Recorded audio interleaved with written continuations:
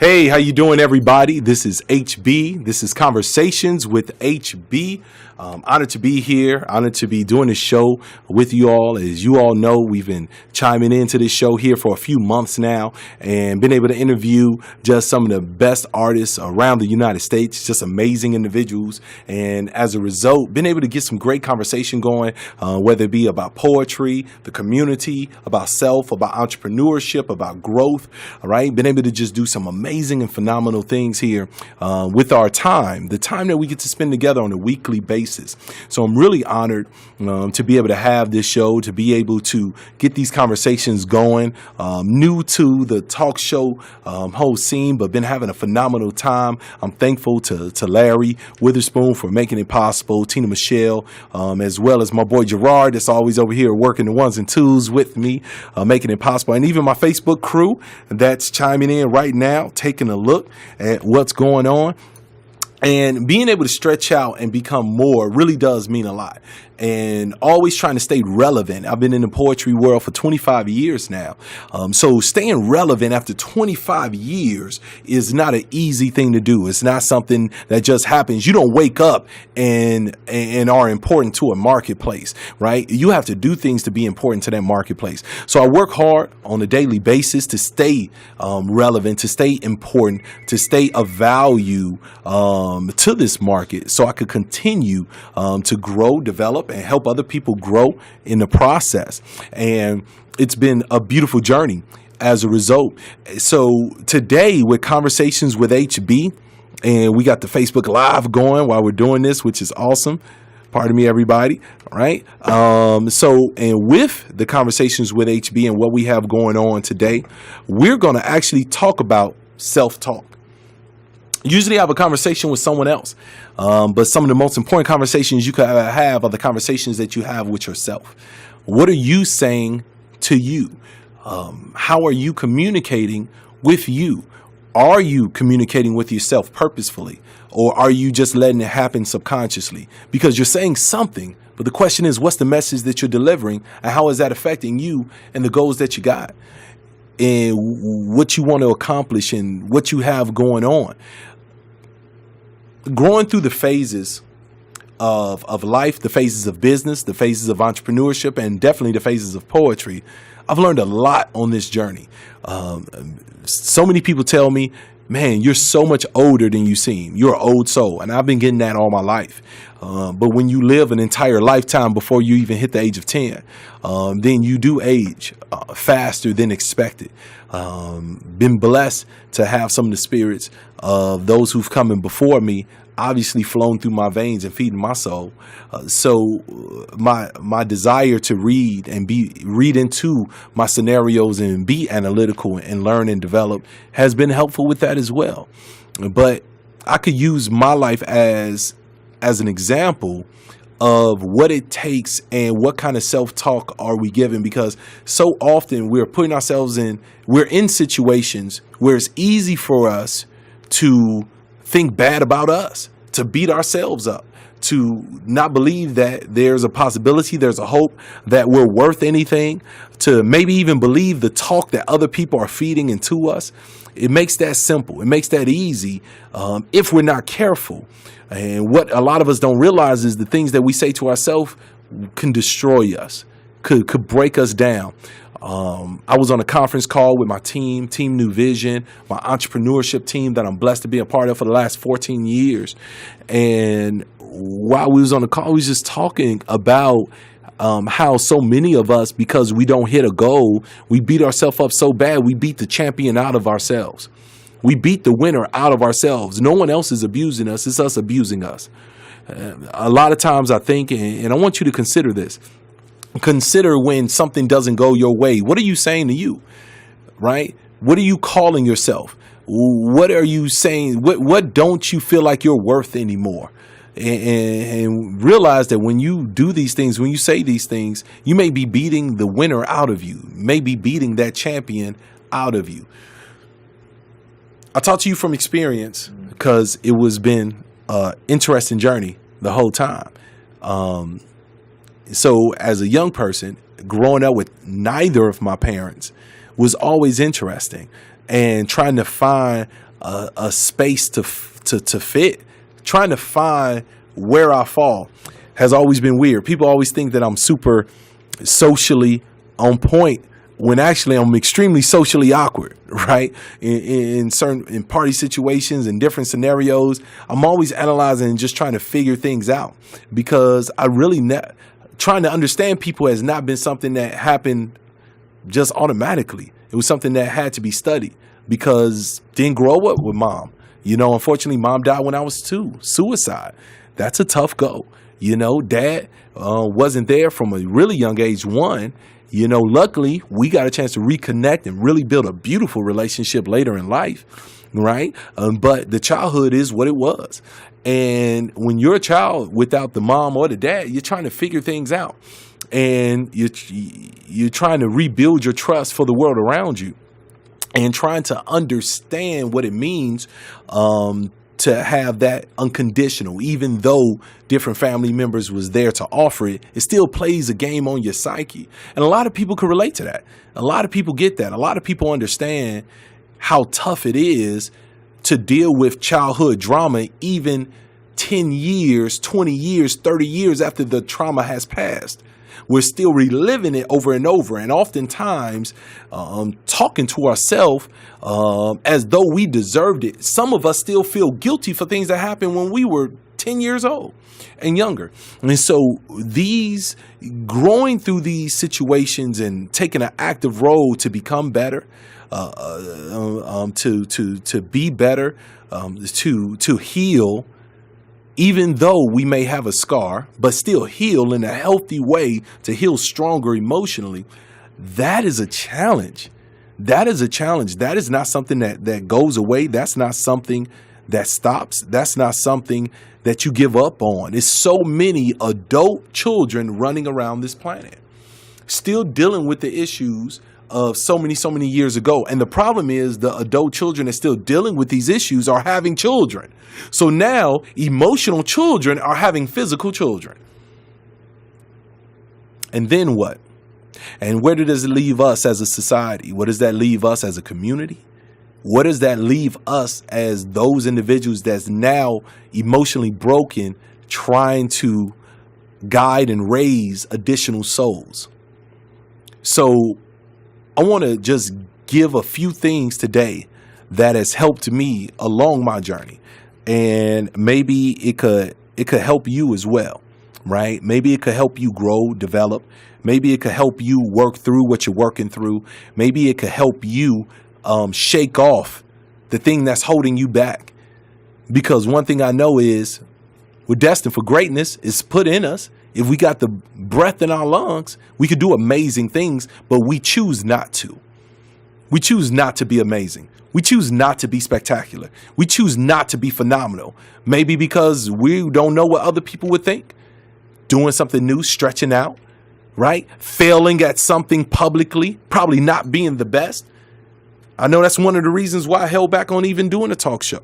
Right? Would I even be good at it? Would people even watch it? Would they even care? Guess what? The people that's supposed to watch it will watch it. The people that are supposed to get the message, they will get the message. So what am I saying to myself in order to dim my own light is the question. What is your self conversation? How do you really feel about you? Not what you say on Facebook. Not what you say on social media, not what you say in your selfies about how much you love you and love yourself, but in actuality, you're challenged, you're working on it, you're not in that good place, right? I'm talking about when the cameras are off, when the telephone is away, and you're by yourself dealing with your demons. What is that conversation? And what does that conversation look like? When you think about what you say to you, would you let someone else talk to you that way? That's how I try to govern the things I say to myself. If someone else called me stupid, how would I respond? Would I let someone call me stupid? Would I let somebody else tell me I'm not worthy? Would I let somebody else tell me I'm not worth it? I'm dumb. I'm crazy. Would I let someone else do that? Then why would I allow myself to do it to me? For many of us, we're so bad to ourselves that we're literally in an intrapersonal abusive relationship. We're abusive to us, and we wonder why other people don't treat us right. The way you treat you is an instruction manual to those around you. So if you're constantly in situations where people aren't treating you right, you're constantly in scenarios where people are treating you bad, not being polite, being horrible, abusing you, it's a good chance that you abuse you. It's a good chance you don't treat you right. It's a good chance that your standards are at the exact point of how people deal with you. It's not just because the world is terrible. It's not just because everything else is bad. If every relationship you had has been crazy, and I'm not saying it didn't work, sometimes good relationships just don't work out because the people wasn't meant to be together. But if it's crazy all the time, if you're in drama all the time, the only constant is you. It's the only constant, because some people never have drama. And it's hard for some of us to even digest that some people never have drama. And I'm not talking about have problems. We all have problems. Problems and drama, two very different things. Everybody breaks up. Everybody don't get their windows broken. You know what I'm saying? Everybody don't get keys across their car. That's a different game. That's a different situation. So once you digest how you're talking to yourself and you consider the things you've been through, I want you to do something for me. And instead of looking at the things you've been through as things that broke you, even though you felt broken, Lord knows I've been there more times than I want to admit.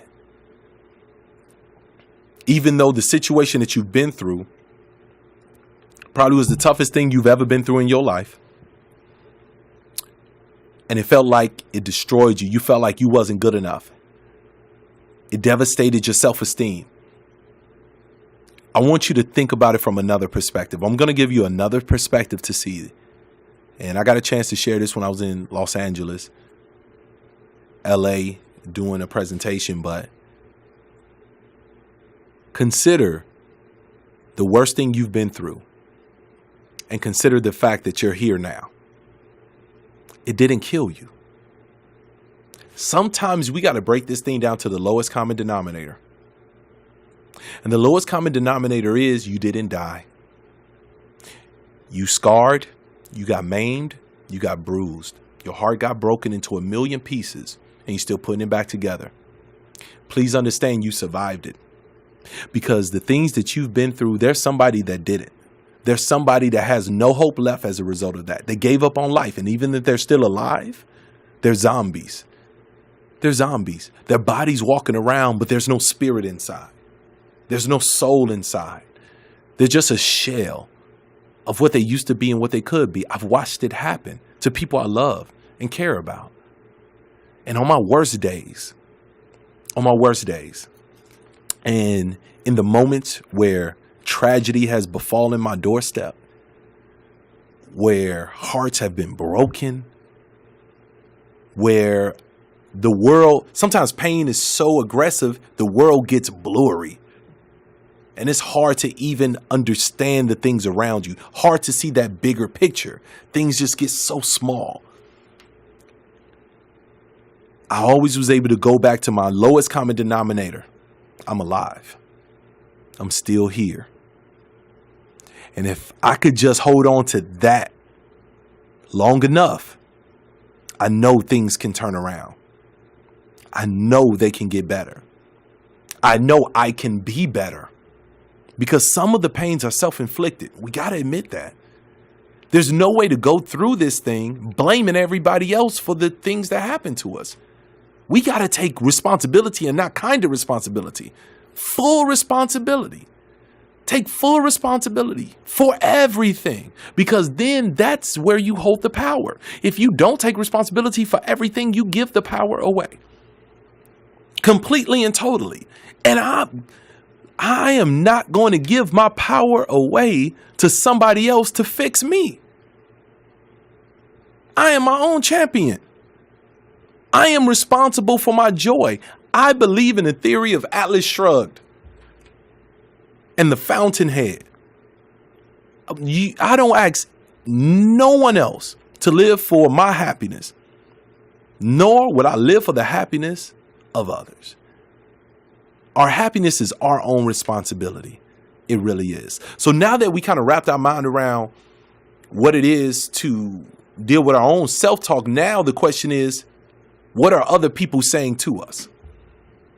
How are we responding to the different conversations people are saying? Now, of course, most of us watching this are not letting people just dog us out.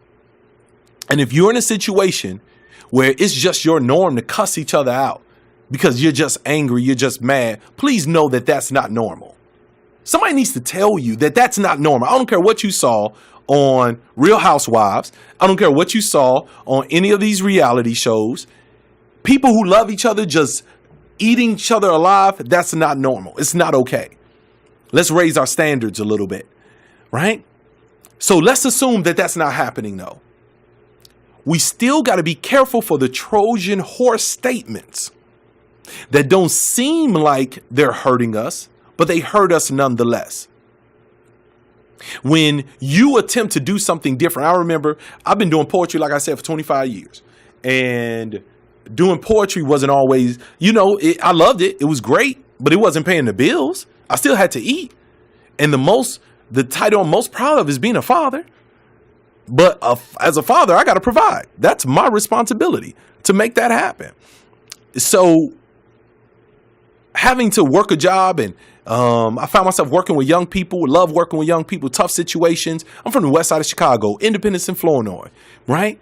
And so been through everything. And anybody that know that side of town, anybody that knows Chicago, know the west side of Chicago, know the Lawndale community, know what was going on, late 80s, early 90s, you already know.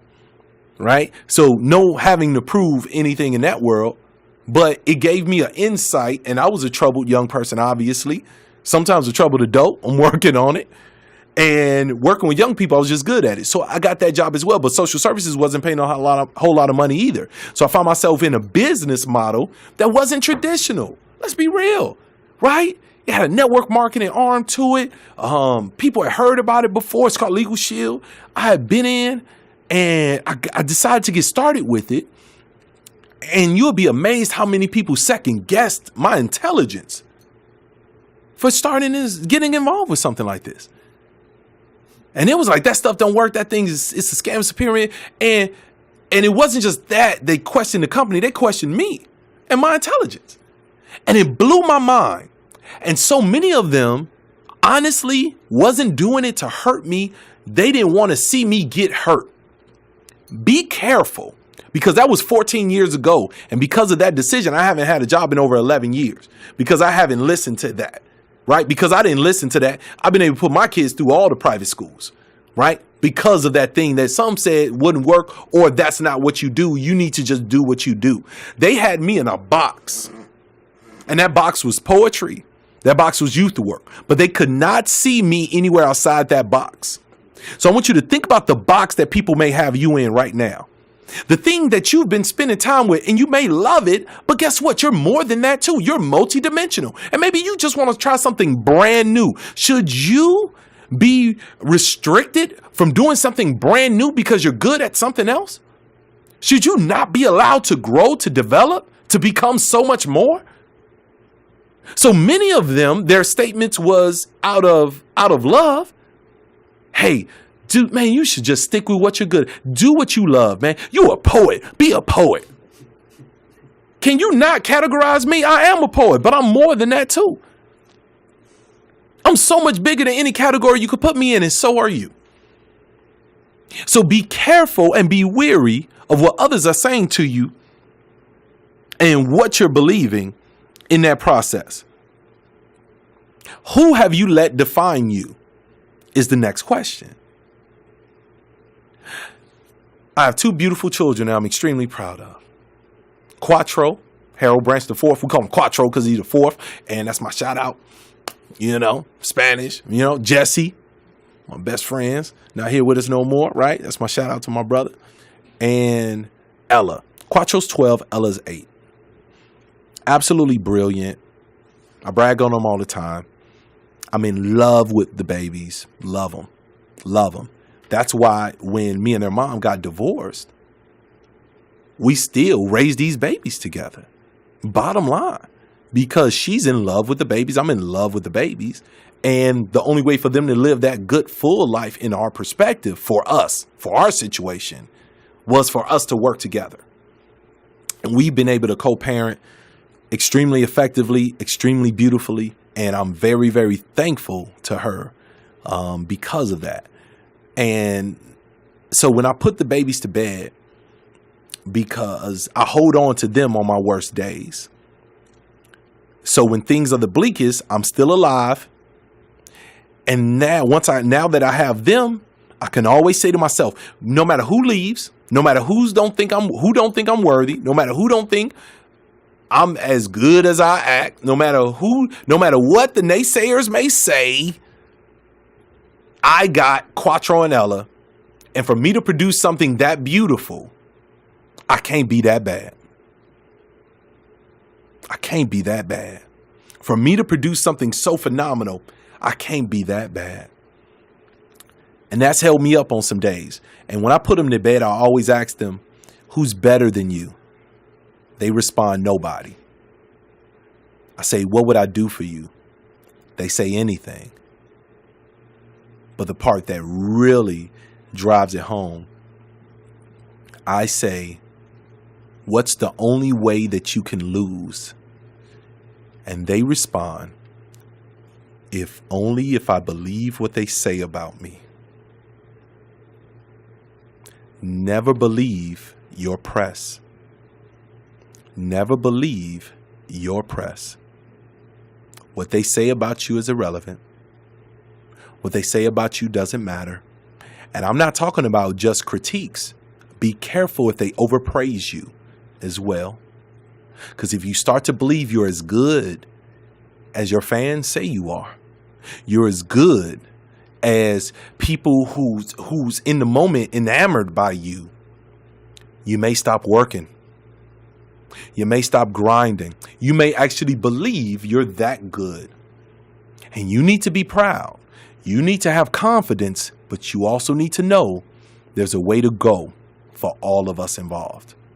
We're not done with this thing by far. We have a long way to go. Times are going to get tough. And when times get tough, it's up to us to get tougher. It's up to us to be tough, strong. There's a time to cry. Absolutely. On Facebook, that's probably not the place. Right? On social media, probably not the place to air all your dirty laundry because you haven't worked it out yet. See, when you talk about your issues before they're finished, you're complaining. That's not a testimony. You're whining. Before you get done with the issue, it's whining. Unless you're talking to someone who can help you get it fixed. If you have a trauma or problems or issues or things you're working through, you talk about that to somebody who can help you. A mentor, somebody that can guide you, somebody can get you squared away. But just blasting it out, no bueno. That's no good. But I'm venting. I deserve to vent. Says who? And your venting will come back to bite you. Guaranteed. But my point is, there's a time to cry. We all got to do it. And if you haven't done it in a while, I suggest you do. Right? Get to the place where you could emotionally get it off your chest and get it off your shoulders, or it will eat you alive. You won't make it. And you'll make decisions. You'll push it into a corner and you'll be making decisions based off of it for so very long. And then there's a time to fight. You have to know when it's time to fight, when it's time to battle. You got to know when it's time to put the tears away and pick up the sword. Because you have to fight through your issues and your challenges. The only person that cares is two people that care about your bills. You and the person you owe. That's who really cares about your bills. That's who really care about your situation. So we have to dig ourselves out of it because nobody's going to carry us to the promised land. We have to get up, dust ourselves off and go. Now, there will be others to cheer us on, to maybe hold up an arm or a shoulder, but we got to do this ourselves. And you may be weak and you may feel like you can't get it done. That's where the self-talk comes in. What are you saying to yourself to build yourself up so that you can win? What are you watching? What are you listening to? Is it feeding you or is it breaking you down? What kind of conversations are you having? I'm going to share a poem with y'all real quick because our time is almost up. And this is a piece I wrote in my darkest hour. In my darkest hour. So I can have a conversation with me and get it out and move on from there. Now, this poem was written 14 years ago. 14. Matter of fact, I was 23. Like 16, 15 years ago, this poem was written. But it was strong and it was very important. It's called My Mother's Son. Some of you have heard it, checked it out. And it was definitely when I was in the darker of the places. But because of the personal conversation, I was able to work through it and get it done and move forward. So talk with yourself. Think on paper. That helps.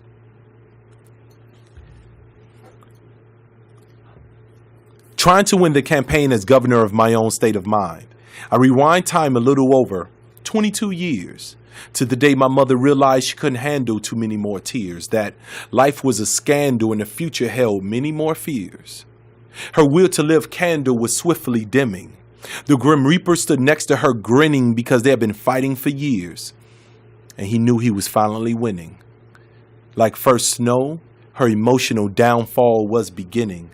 It was obvious she had a torn soul and not a thread of happiness to do the mending. 6 million ways to die and one was chose. I'm sure she closed her eyes as the gun rose. The bullet made love to her mind as the August sun froze. She figured her 3 children would be better off if she died and her dawn never again rose. And ever since I was 2 years old, I've asked, why did my mother have to go? And they always replied, no one really knows what was going through her mind or why she chose to redefine God's grand design. But that answer just wasn't adequate. My young heart just couldn't handle it. My thoughts became frantic until the day I accepted that my manic depression was genetic. My suicidal thoughts moved me like they was telekinetic, just like the one who birthed me. I am my mother's son, sweating in my sleep, dreaming about the ones who hurt me. No matter how I try to bless the world, it always seems to tease and curse me. I can feel the hands of time closing in on my body like the clock was trying to search me. Mama, I understand because the same ones that worked you to the grave irk me to this day. I'm a grown, educated man. I know I shouldn't feel this way, but I often go to sleep wishing I just wouldn't wake up because my heart is always confused and unstable, like I'm constantly recovering from a really bad breakup, and I'm insecure by my inner beauty, like an adolescent girl in puberty who just left the house wearing too much damn makeup. The towel isn't enough. I'm ready to throw in the entire linen closet and just give up. I'm my mother's son. And I'm sure it breaks her heart that her baby boy doesn't want to breathe anymore. But opening my eyes is a chore. Pain, murder, and suffering I don't want to see anymore. So I invite death with my pen and walk through the world with a tight grin to hide the expression of depression. They say that life is a test, and so I haven't been studying my lessons because I'm not prepared for these questions. They say when you die is when you get to do your resting. But I'm tired now. Everyone eventually expires from this world of desire. The only question is how. I can't even narrow down when. Naturally, within the next 60 or so years. But by then, I would have lost 60 or so peers, cried 60 million or so tears, waiting for death to rear its ugly head. But beauty is in the eye of the beholder, and the grave is pretty attractive to a young man who thought he was a soldier but now waits impatiently for his life to be over. I'm tired of carrying the world's drama boulders on my emotionally underdeveloped shoulders. The temperature of God's heart must be dropping steadily, because every day the world grows just a little bit colder, and I don't even want to grow just a little bit older. I'm tired of living in a place with no rules. I'm tired of trying to build a career and love life with no tools, like sending an obese woman with bunions to a church with no pews. I can only stand for so long, and I hate myself because my obituary must state that I never really planned to go wrong. I was merely the epitome of a man who couldn't go on, useless like an NFL quarterback who couldn't throw long. I'm the Kaiser Soze of falling down, because one day you'll all look around and poof, I'll be gone.